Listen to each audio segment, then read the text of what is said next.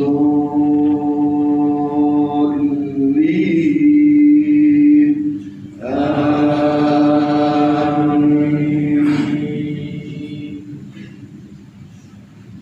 بسم الله الرحمن الرحيم. والوضيان تعز بالسيما من السالم يا ربي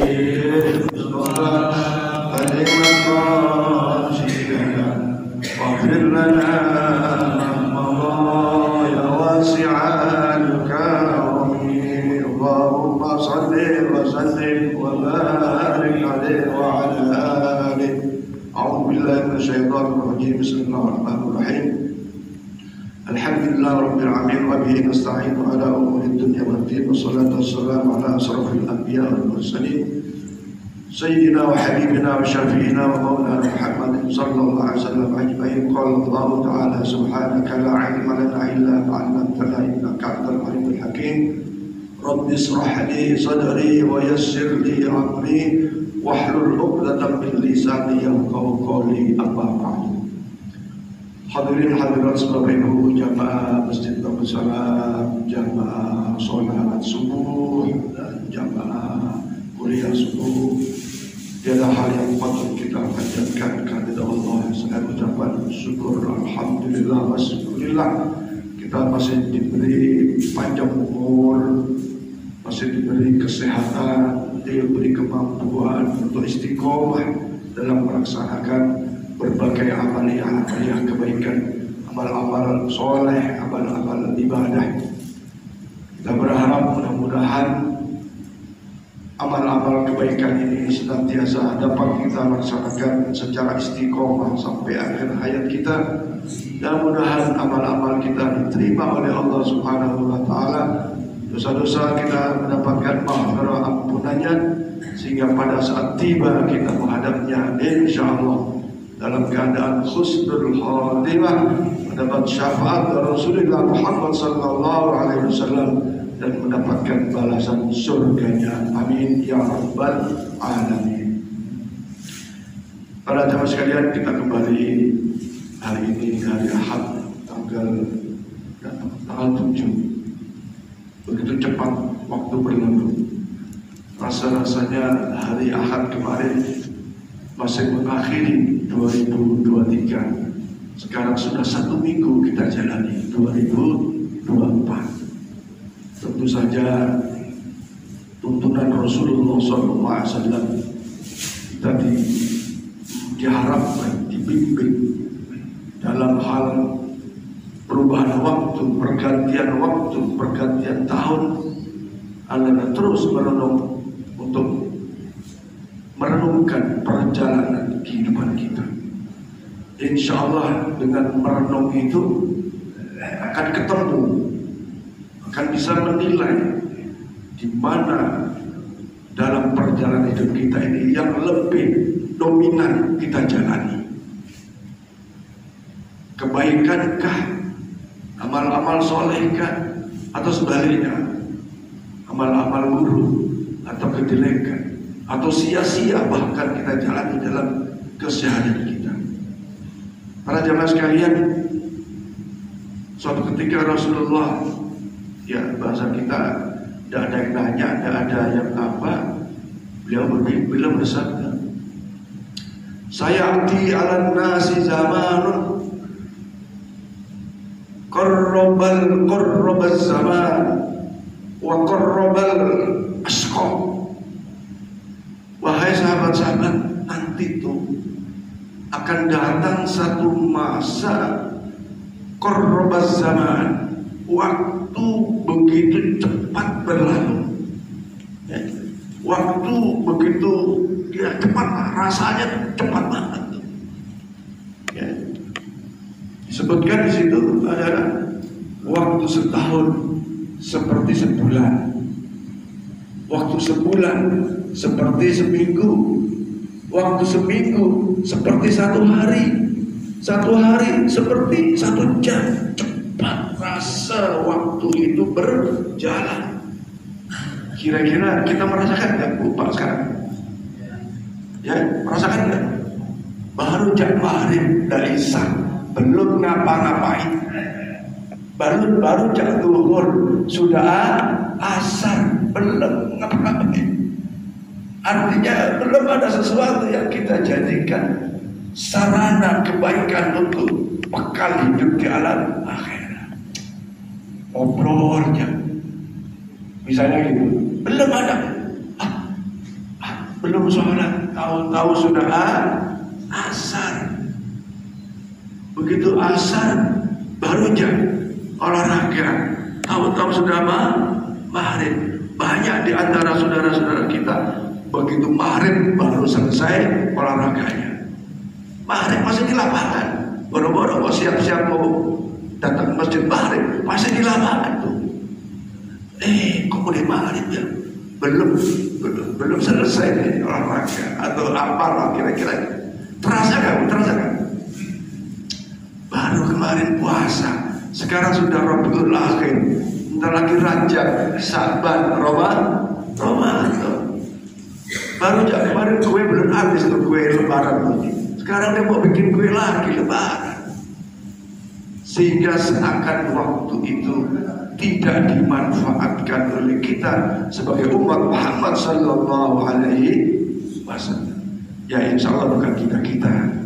Kalau kita insya Allah memanfaatkan waktu dengan baik, diisi dengan amal-amal kebaikan. Ini maksudnya Rasulullah mengatakan korbas zaman itu supaya kita sadar bahwa waktu kematian kita sangat dekat, waktu ajal kita sangat dekat. Ada yang menjamin besok mau hidup, jam zuhur nanti menjamin, tidak ada.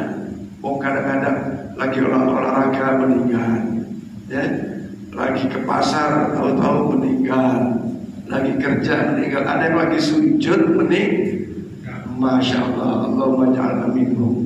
Supaya saya dan kita semua meninggal dalam ibadah kepada Allah Subhanahu wa ta'ala. Kemudian yang kedua, wa qarrabal asqa. Nanti di akhir zaman itu pasar sangat dekat. Nah, kira-kira sudah datang belum nih? Pasar sudah dekat. Ya Bu, Pak, terasa nggak? Dulu kalau ke pasar mungkin ya bukan mungkin, memang iya. Kita datang tuh jalan kaki ke pasar. Ada pasar Paing, ada pasar Kliwon, ada pasar Jumat, ada pasar apa lagi? Pasar apa sih? Pasar Kemis, ya, pasar apa? Ya begitulah. Pasar dadakan ada, pasar cepat. Maksudnya dekat gitu. Ya, kamu belanja itu mesti jalan jauh. Ada pasar tengah, ada pasar pinggir, pasar apa itu namanya, pasar Sudirman. Dulu tidak ada sekitar sini yang jualan seperti di pasar Sudirman, ke sana semua, pasar tengah dan seterusnya. Apa maknanya? Sekarang apa yang kita rasakan, ibu bapak? Kalau jam 11 malam saja kita kepingin makanan, tinggal pencet HP itu, datang nggak? Datang. Ya, mau beli baju yang jualan di Jakarta atau di daerah Jawa sana, tinggal pencet, datang nggak bajunya? Datang. Kita bersahabat dengan namanya Shopee. Ya, beli apa saja, mau beli kayu, beli paku lewat Shopee bisa di rumah, tidak perlu jalan. Bisa nggak? Bisa. Mau beli emas lewat Shopee bisa. Ini nyata dan fakta, ya. Sehingga ya tentu saja semua itu kalau punya duit, ya, artinya di rekening ada, sehingga tinggal pencet saja. Bahkan sekarang itu ibu bapak kalau mau beli cabai, mau beli sayuran, bisa nggak dari rumah? Bisa, tinggal pencet. Kalau mau saya itu jualan, mau ketimun, mau sayur apa saja. Apa maknanya? Di satu sisi toh teknologi dapat kita manfaatkan untuk memudahkan kita dalam punya keperluan, punya hajat. Tetapi dengan dekatnya pasar itu terjadilah penipuan. Orang berpikir menipu banyak rupa. Suatu ketika saya bersama tukang gojek di Masjid Muhtadin sholat duha. Bapak itu seakan menangis. Kenapa ketipu? Ada orang-orang ibu-ibu beli sebuah makanan, begitu diantar, enggak, saya tidak pesan kok. Tidak pesan saya. Padahal alamatnya jelas, sampai 90.000 waktu itu. Alatnya jelas. Bapak ini tidak punya duit. Duit modal hanya, ya bahasa kita segitu-gitunya. Tapi ketipu dengan seorang ibu yang pesan makan. Dan alhamdulillahnya bapak itu sadar ketipu. Dia datang ke masjid sholat duha. Masya Allah, ini nyata. Mudah-mudahan bapak ibu tidak ada yang ketipu dalam hal teknologi dekatnya pasar. Ya. Penipuan seperti itu terjadi. Artinya satu sisi ada kemudahan, sisi lain dimanfaatkan oleh orang-orang yang jahat terhadap transaksi itu. Kenapa? Kalau dulu Rasulullah mengajarkan jual itu ada ijab kabulnya. Ya, jual beli itu ada syarat, jual beli itu ada apa? Ya, bawa jualan bunga-bunga yang indah itu. Ya, saya jual bu ya. Ya, saya beli. Itu ijab kabul. Itu menurut Imam Syafi'i, jual beli nggak ada ijab kabulnya, tidak sah. Jualannya tidak sah. Tapi karena ada kaidah yang melazimkan, yang membolehkan kita, ada adat yang membolehkan kita, sehingga jual beli itu menjadi sah walaupun tidak ijab kabul. Contoh Pak Asep datang ke rumah makan Padang misalnya kan, Pak Asep tidak bilang beli, tidak bilang apa. Pak Asep datang ngambil piring, ngambil nasi, ngambil lauk, makan. Selesai makan, udah kenyang kan, minum, Pak Asep pulang. Secara fikih sah nggak itu? Boleh kan? Secara fikih ya tidak salah tuh. Karena sesungguhnya rumah makan Padang itu jualan. Yang datang harusnya saya beli. Ini dalam konteks jual beli. Maka Gus Baha itu suka bilang, repot kalau hanya bicara fikih. Repot kalau hanya bicara fikih. Harus dikaitkan dengan usul fikih. Harus dikaitkan dengan kaidah-kaidah yang lain. Pak Asep secara fikih nggak salah tuh. Mau nggak bilang beli. Padahal Pak Asep tahu. Di situ jualan. Kita harusnya bilang beli. Cuma kalau Pak Asep lakukan seperti itu, babak belur Pak Asep dipukulin. Kenapa? Karena lazimnya orang datang itu pasti beli makan. Setelah makan harus banyak tuh lazim di kita. Ya kalau enggak, ya bonyok. Dan disitulah maka akhirnya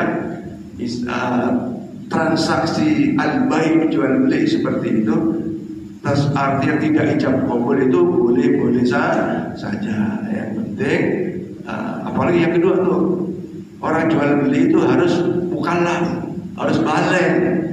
Kalau anak kecil tak sah jual belinya, ya kan? Bapak ibu nyuruh anaknya datang ke Bu RT sana jualan sayuran, anak kecil belum balik. Tahu-tahu dia ngambil cabai, ngambil sayuran, pulang. Secara fikih kan? Tapi secara kelaziman tidak boleh. Nah, hadirin sekalian, apa yang disampaikan oleh Rasulullah Muhammad SAW itu nyata sekarang ini. Nah, makna mafhum mukhalafah dari itu adalah kita bagaimana memahami makna kejadian-kejadian, makna akhir zaman ini. Kalau kita tidak melakukan sebuah renungan, maka nggak dapat apa-apa. Tahu-tahu sudah tahun baru, belum hatam ngaji kita, ya kan? Tahu-tahu sudah ganti tahun, belum terlaksana tuh sholat tahajud kita tahun lalu. Tahu-tahu sudah tahun baru lagi, belum, niat sudah ada. Maka ayo saya dan kita semua kembali merenungi diri. Maka merenungi diri itu disebut juga sebagai muhasabah. Allah perintahkan kepada kita, yaitu Sayyidina Umar radhiyallahu anhu berkata dalam hadis, hasibu anfusakum qabla an tuhasabu. Ya, Maka ayo kita lihat dalam kehidupan kita selama ini. Mari kita hisab, mari kita hitung. Banyak gak kebaikan yang kita lakukan? Atau sebaliknya, banyak gak keburukan-keburukan yang kita lakukan? Allah Subhanahu wa ta'ala berfirman, "Iqra kitabak kafa bi nafsika al-yawma 'alaika hasiba." Ayo kita lihat kembali, kita baca diri ini. Selama ini kenapa? Ada apa? Kurang apa? Dan seterusnya dan seterusnya. Fadilahnya orang yang iqra kitabak, yang mampu merenungi diri, menghisab diri, nanti pada saat ajal datang, insya Allah. Karena kita apa? Ibarat kita sadar kekurangan kita, kita perbaiki. Ibarat kita sudah banyak kebaikan yang kita lakukan, kita pertahankan, kita tingkatkan. Sehingga pada saatnya dihisab oleh Allah, insya Allah lebih banyak baiknya daripada buruknya. Hadirin hadirat sekalian, bahwa manusia dalam kehidupan ini dibekali oleh Allah. Ini saya bilang seperti hari Senin yang lalu saya sampaikan di waktu tersebut, bahwa manusia dibekali dengan fa'alhamaha fujuraha wa taqwaha. Ada kecenderungan buruk, ada kecenderungan baik. Saya yakin, sangat yakin ibu-ibu, bapak-bapak khususnya yang hadir dan jamaah Masjid Nabi Sallam, semuanya kecenderungannya atau dominannya banyak yang baik daripada yang buruk. Secara zahir, ya, secara batin, wallahu a'lam, kita nggak tahu. Ya, ada orang datang ke masjid, sholat jamaah, tapi pulang duluan gara-gara nyolong sendal. Tadi malam itu saya melihat video ini di Masjidil Haram di Mekah. Di situ ada anak muda yang pakaiannya rapi, pakai jubah, pakai gamis. Tapi dalam video itu ada narasi, jamaah umroh, jamaah sekalian, wabil khusus jamaah Indonesia, hati-hati terhadap anak muda yang berpakaian rapi ini. Kenapa? Ternyata di Masjid Haram mendekati orang-orang Indonesia untuk mengambil lengahnya orang Indonesia. Orang Indonesia lengah, lagi berpikir, HP-nya di samping, disahut sama dia, diambil sama dia. Itu di masjid, nyata, pakainya jubah, gamis. Bayangkan. Kadang-kadang dia mengatakan, "Pak, Bu, saya ini musafir, saya dari Indonesia, saya hafal Quran, saya sekolah di Yaman." Ujung-ujungnya apa? Minta bantuan. Ya, keluarga saya sakit ini itu ya. Kalau sakit bener ya. Tapi video itu menarasikan hati-hati jamaah Indonesia di masjid. Tapi kerjaannya menipu, kerjaannya nyolong, mencari lengahnya orang. Dan yang dicari orang Indonesia, terutama ibu-ibu, bapak-bapak, orang Indonesia. Saya lihat video itu, begitu dia lagi begini kayak berpikir gitu, kanan kiri lihat, terus mundur sedikit, lihat ibu itu mungkin lagi asik pikir, disahut HP-nya. Karena pindah. Nyata, ternyata zahirnya di masjid, batinnya wallahu a'lam. Mari tahun ini Bapak Ibu, khususnya dari saya, perbaiki hati ini, ikhlaskan dalam berbuat kebaikan, apapun kebaikan itu, di masjid, di mana saja, ya. Karena wama umiru illa liya'budullah mukhlishina lahudin. Allah tak perintah menjalankan agama itu kecuali ikhlas. Ya, saya yakin ibu sudah ikhlas, bapak-bapak sudah ikhlas. Ayo perbaiki keikhlasan kita. Ya, perbaiki keikhlasan kita.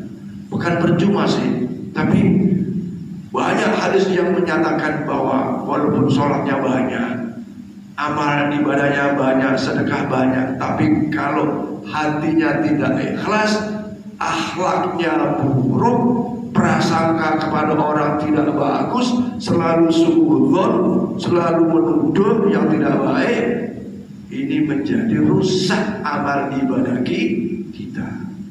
Maka program utama Masjid Darussalam itu memperbaiki kualitas ibadah kita, sholat kita, bacaan sholat kita perbaiki. Kira-kira ibu merasa nggak bacaannya sudah bagus sekali? Saya berpesan jangan merasa bagus sekali, jangan. Kenapa? Ada upaya untuk memperbaiki. Oh, saya sih sudah istiqomah, saya sudah ada. Kita bisa istiqomah amalan kita itu atas pertolongan Allah Subhanahu wa Ta'ala. Yang kedua, setelah diri kita perbaiki dalam beramal, beribadah, bersikap, berperilaku. Satu sisi dohirnya baik, ayo batin ini baik, batin ini ikhlas. Jangan terprovokasi dengan hal-hal yang menimbulkan rusaknya pahala amal ibadah kita. Kalau setelah kita sudah, bapak-bapak sudah, ibu sudah, ayo anak-anak kita. Ini agak parah, agak kurang. Jumat kemarin, setengah 12 itu ya insya Allah pasti Jumatan ya Bapak ya. Saya sendiri khutbah itu selesai kira-kira setengah 12 kurang 5 menit. Betapa kagetnya ada anak komplek laki-laki ya, yang jam Jumatan dia dengan keadaan yang sangat tidak pantas lah dalam artian itu kayak gitu ya, di rumah makan sama kawan ceweknya yang kayak begitu, tapi bukan anak yang ada di dalam, tapi yang jelas kaget sekali. Oh, ini kan anaknya bapak itu, anaknya ibu itu. Kok hari Jumat pas Jumatan anak laki-laki yang sudah ya balik gitu kok nggak Jumatan? Ayo bapak ibu kontrol, awasi anak-anak kita ya, kontrol awasi anak-anak kita. Kenapa? Nanti yang dosa ibu ya, nanti yang dapat kejelekan keluarganya, bapak ibunya ya. Memang ibu-ibu itu punya privilege yang sangat luar biasa. Rasulullah bersabda, al-jannatu tahta aqdamil ummahat.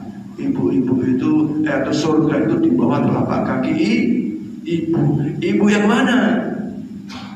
Kalau ibu yang menghantarkan anaknya menuju jalan kebaikan, jalan ibadah, jalan surga, ya surga di bawah telapak kaki ibu.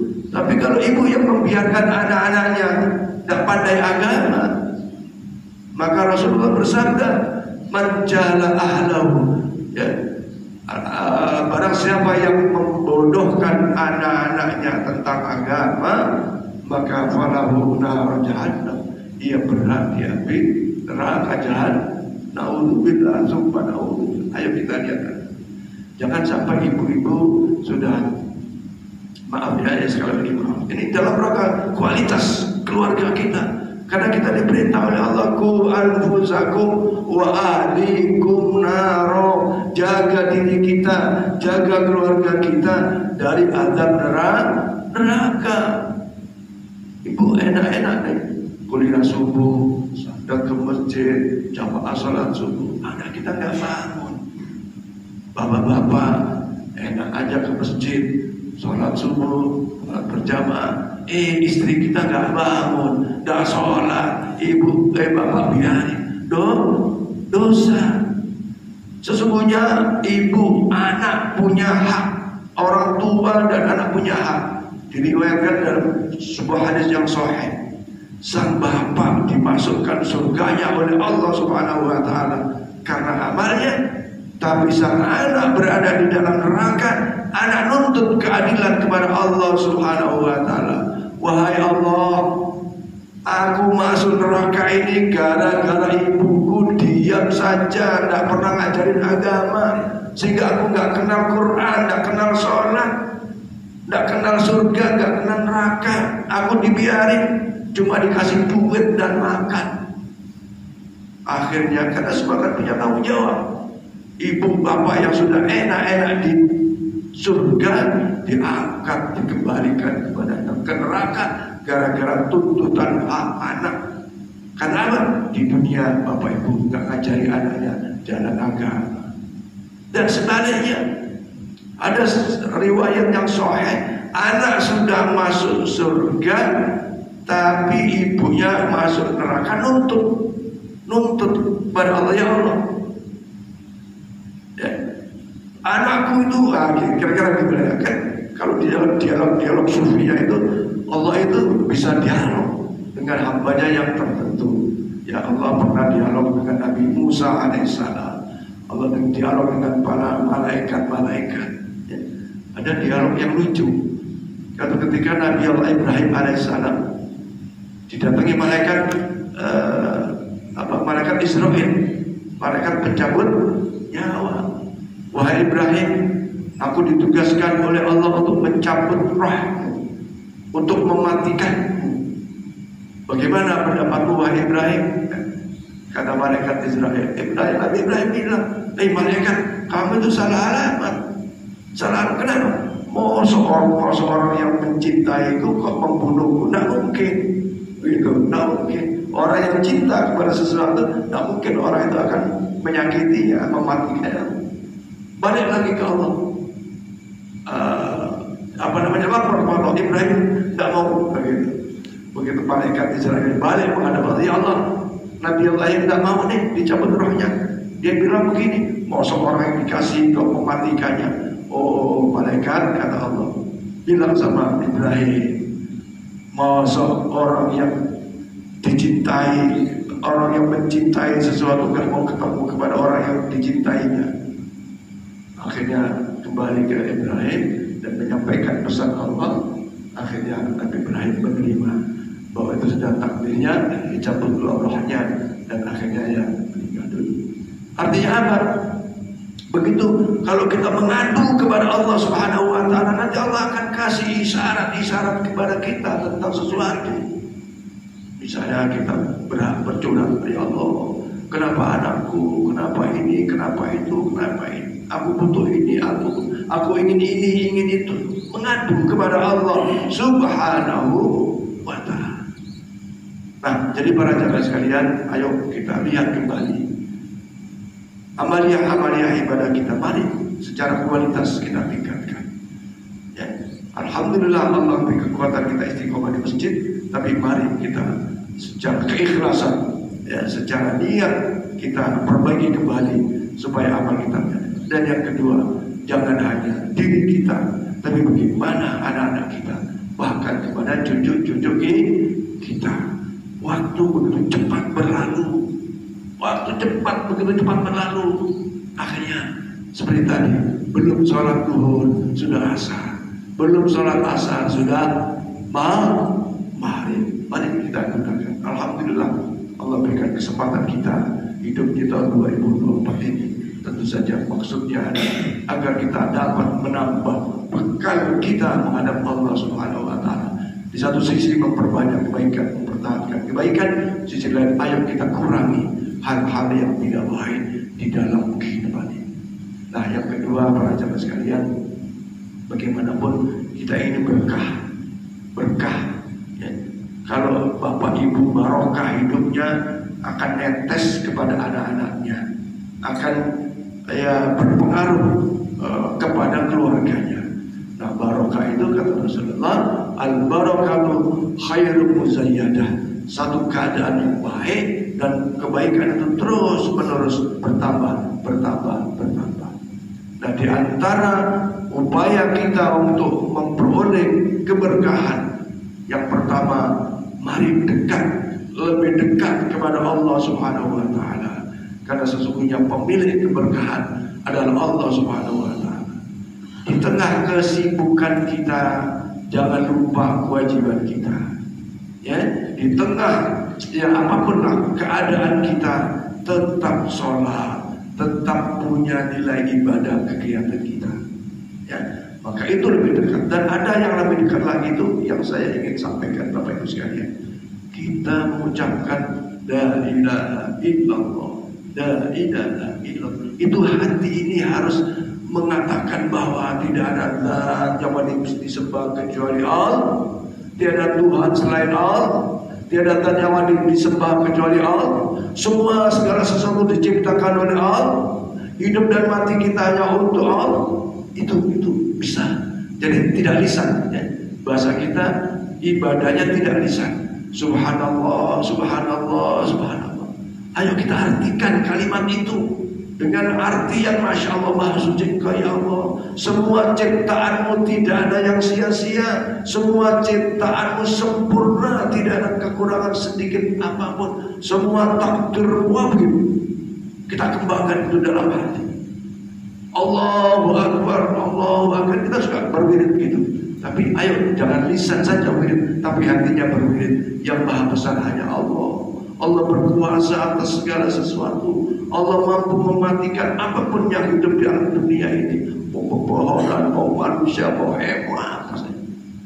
Jadi hati ini melanglang, hati ini membayangkan sesuatu yang sangat-sangat sempurna, sesuatu yang sangat-sangat istimewa dalam kekuasaan dan takdir Allah Subhanahu wa ta'ala. Ayo kualitas ini kita terus kembangkan dalam diri ini, sehingga sekali lagi benar-benar pada tahun ini keikhlasan dan kualitas dalam beribadah ini sangat-sangat kita pentingkan sebagai bagian untuk bekal kita pada Allah Subhanahu wa ta'ala. Saya kira ini saja materi yang saya sampaikan. Kesimpulannya, kita alhamdulillah dikasih kesempatan hidup di tahun 2024. Ayo kita gunakan untuk menambah bekal kepada Allah Subhanahu wa ta'ala. Nah, bekal yang sudah ada ini kita perbaiki terus, ya, sehingga jasadnya di masjid, hatinya pun di masjid, dalam hati ikhlas karena Allah Subhanahu wa ta'ala. Amalan-amalan secara zahir kita terus lakukan, kita pertahankan, kita jalankan, tapi ikuti amalan hati, sehingga kualitas daripada ibadah ini akan mendapatkan satu hal yang utama daripada amalan-amalan kita. Yang ketiga, ayo keluarga kita jaga. Ayo keluarga kita perhatikan, bukan saja dalam sisi perilaku, akhlak dan ibadah, tapi kesehatannya juga perlu. Ya, insya Allah bulan depan Pak Bari kita kasih tahu Pak Yuri, kita akan bicara tentang stunting. Stunting ini sangat-sangat penting. Sampai ada di antara keluarga kita yang mengalami stunting karena sangat-sangat melemahkan daya pikirnya, daya nalarnya, termasuk fisiknya, sehingga tak bisa berkembang dengan baik. Maka kita jaga akhlak, moralitas dan perilakunya, tetapi di sisi lain juga kita jaga kesehatannya. Mudah-mudahan Allah Subhanahu wa ta'ala memberikan berbagai kemudahan dalam segala urusan kita, urusan dunia, urusan akhirat.